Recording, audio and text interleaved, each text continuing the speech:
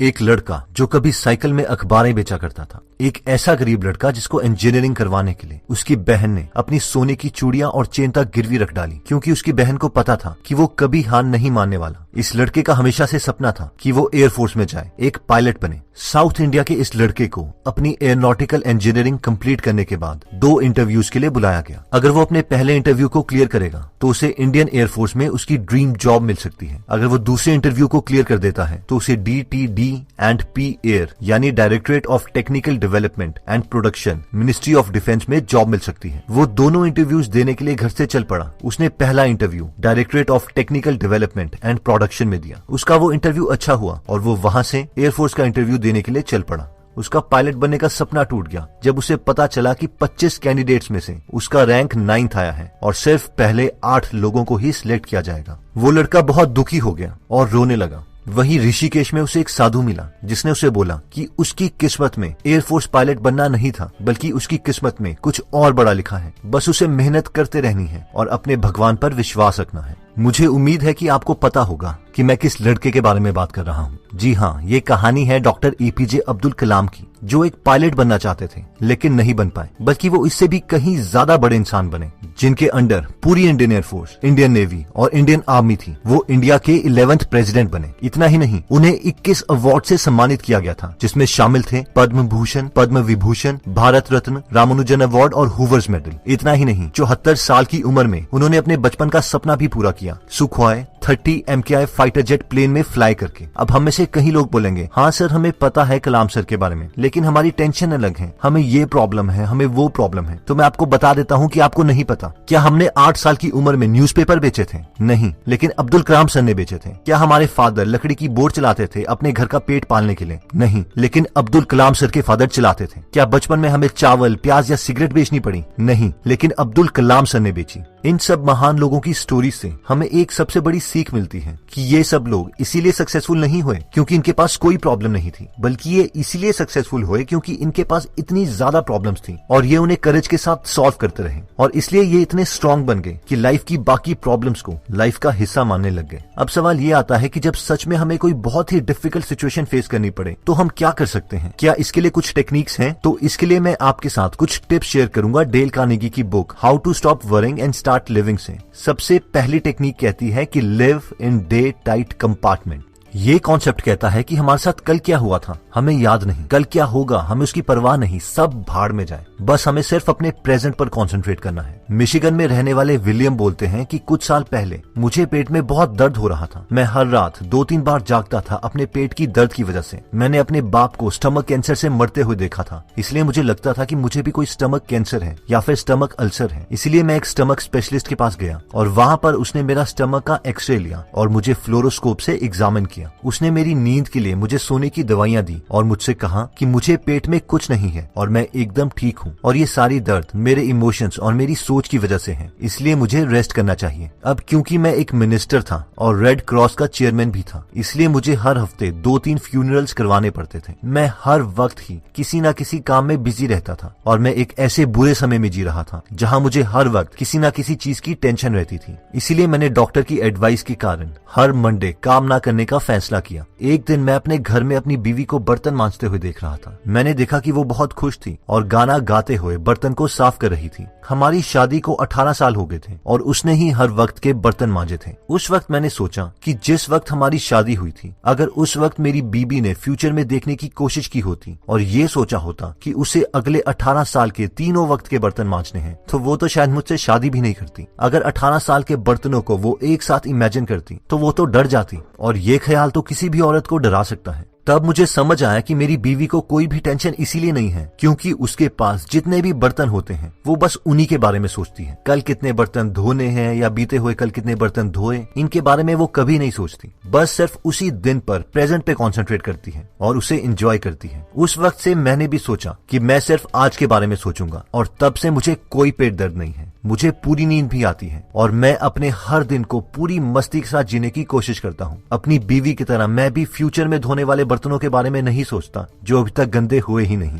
दोस्तों, दूसरा कॉन्सेप्ट कहता है कि जब हमें लगे कि अभी हमारा बहुत बुरा वक्त चल रहा है और बहुत टेंशन हो रही है, तो हम एक काम कर सकते हैं। जानते हैं वो क्या है? Do nothing. यानी उस वक्त हमें कुछ भी नहीं करना है और सिर्फ रेस्ट लेना है। एक बार गौतम बुद्ध के पास उनका एक फॉलोअर आया और उसने भगवान बुद्ध से कहा कि गुरुजी, मेरे मन में अजीब से ख्याल आ रहे हैं, मुझे ऐसा लग रहा है कि मेरे साथ कुछ गलत होने वाला है। और फिर उसकी जिंदगी में जो भी गलत हो रहा था उसने सब भगवान बुद्ध से बोल डाला। गौतम बुद्ध ने उसकी बात सुनी और हंसते हुए उस फॉलोअर से कहा कि जाओ, मेरे लिए उस पॉन्ड से पानी ले आओ, मुझे बहुत प्यास लगी है। भगवान बुद्ध की इस बात को सुनकर वो आदमी फटाफट एक घड़ा उठाकर पानी लेने के लिए निकल पड़ा। लेकिन जब वो उस पॉन्ड के पास पहुंचा तो उसने देखा कि पॉन्ड में बहुत मिट्टी है और पानी पीने लायक नहीं है। इसीलिए वो व्यक्ति बिना पानी लिए ही भगवान बुद्ध के पास आ गया और उसने कहा कि गुरुजी, मैं पानी नहीं ला पाया क्योंकि वो पानी बहुत गंदा है और वो आपके पीने लायक नहीं है। इस पर भगवान बुद्ध दोबारा से हंसे और उन्होंने कहा, दोबारा उसी पॉन्ड के पास जाओ और मेरे लिए पानी ले आओ। दोबारा से उस आदमी ने देखा कि वहाँ पर पानी बहुत गंदा है और वो फिर से बिना पानी लिए ही वापस आ गया और दोबारा से भगवान बुद्ध को सारी बात सुनाई। भगवान बुद्ध ने उसे दोबारा पॉन्ड के पास भेजा और यही चीज 8 से 10 बार होती रही। लेकिन 11वीं बार जब वो आदमी पानी लेने गया तो उसने देखा कि सारी मिट्टी उस शांत पॉन्ड में नीचे बैठ गई है और ऊपर का पानी साफ है। इसीलिए वो इस बार भगवान बुद्ध के लिए पानी ले आया। इस पर भगवान बुद्ध ने कहा कि देखा, जिस तरह से वो मिट्टी वाला पानी शांत रहने से साफ हो गया, उसी प्रकार अगर हम भी कठिन परिस्थितियों में बुरे वक्त में शांत रहें तो वो बुरा वक्त अपने आप निकल जाता है। दोस्तों, कई बार ऐसी मुश्किल सिचुएशंस आती हैं कि हम चाहते हुए भी कुछ नहीं कर सकते। इसीलिए उस वक्त हमारे लिए यही सही रहेगा कि हम शांत रहें और उस टाइम को बस किसी तरह पास होने दें और टाइम के साथ साथ सब ठीक हो जाएगा।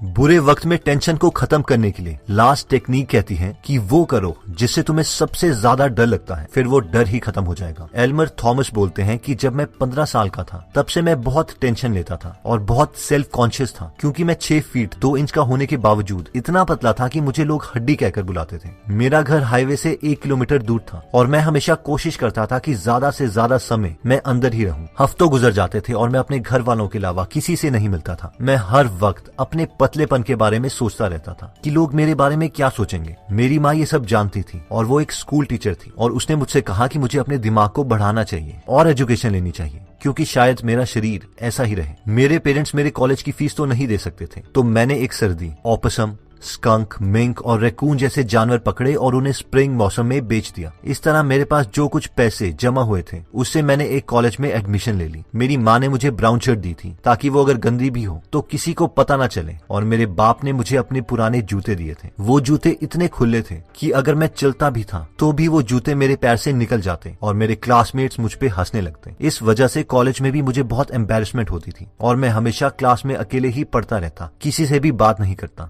लेकिन 1-2 साल के बाद 4 ऐसी चीजें हुई जिसने मेरा कॉन्फिडेंस बढ़ा दिया। पहली चीज ये हुई कि मैंने एक एग्जाम दिया था और वो क्लियर हो गया, जिसकी मदद से मैं कंट्री पब्लिक स्कूल्स में पढ़ा सकता था। इससे पहली बार मुझे लगा कि मेरी माँ के अलावा भी मुझ पर कोई भरोसा करता है। दूसरी चीज ये हुई कि हैप्पी हॉलो नाम के एक फेमस स्कूल ने मुझे नौकरी ऑफर करी, जिसमें मुझे हर महीने $40 मिलने थे। इसने भी मेरा कॉन्फिडेंस बढ़ाया और मुझे दोबारा लगा कि कोई मुझ पर भरोसा करता है। जब मुझे पहली सैलरी का चेक मिला तो मैंने अपनी लाइफ में पहली बार प्रॉपर फिटिंग वाले कपड़े लिए और उन कपड़ों में मैं भी और स्टूडेंट्स की तरह दिख रहा था और मुझे शर्म नहीं आ रही थी। इस तीसरी चीज ने भी मेरा कॉन्फिडेंस बढ़ाया। मुझे हमेशा से पब्लिक स्पीकिंग से डर लगता था, क्योंकि मैंने कभी दोस्त तक नहीं बनाए थे। लेकिन मेरी माँ ने मुझे कन्विंस किया कि मैं फेयर में हो रहे पब्लिक स्पीकिंग कंटेस्ट में पार्ट लूं। मुझे ना चाहते हुए भी इस कंटेस्ट में पार्ट लेना पड़ा, क्योंकि मैं अपनी माँ का दिल नहीं तोड़ना चाहता था। इसीलिए मैंने the fine and liberal arts of America पे बोलने का फैसला लिया। सच बोलूं तो मुझे ये भी नहीं पता था कि लिबरल आर्ट्स होते क्या हैं, लेकिन मैंने खूब मेहनत करी ताकि बाकी लोगों की तरह मैं भी अपना टॉपिक रिप्रेजेंट कर सकूं। और मैंने इतनी बार प्रैक्टिस की कि इस टॉपिक को पेड़ के सामने, इवन गाय के सामने भी बहुत बार बोला।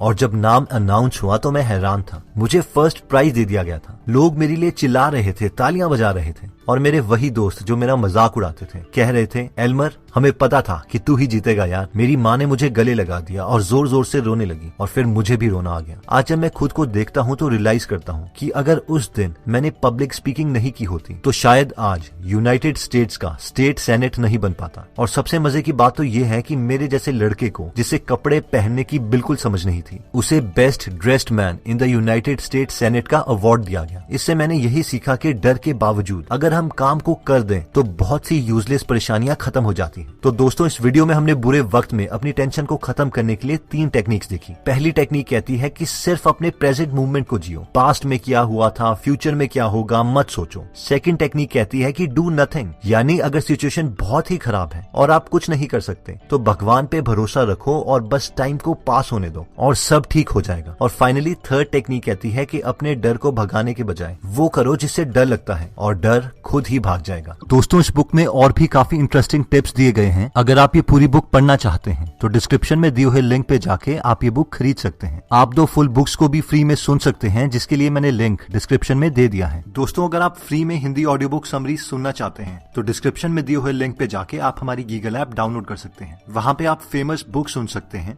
जैसे कि the miracle morning, you can and you will, how to make friends and influence people, E myth revisited, 0 to 1, Chanakya Niti, the one thing, power of habit, wings of fire, the monk who sold his Ferrari and many more. और हर हफ्ते इस app में हम एक नई audio book summary डालते हैं। दोस्तों, कमेंट सेक्शन में आप बता सकते हैं कि आप नेक्स्ट वीडियो किस टॉपिक पर चाहते हैं, ताकि हमें भी फीडबैक मिले और उसी टॉपिक्स को हम कवर करें। इस चैनल को जरूर सब्सक्राइब कर लीजिए और बेल का बटन दबा दीजिए ताकि आप ऐसी नॉलेजेबल वीडियोस कभी मिस ना करें। और इस वीडियो को लाइक जरूर कीजिएगा ताकि हमारा कॉन्फिडेंस बढ़े।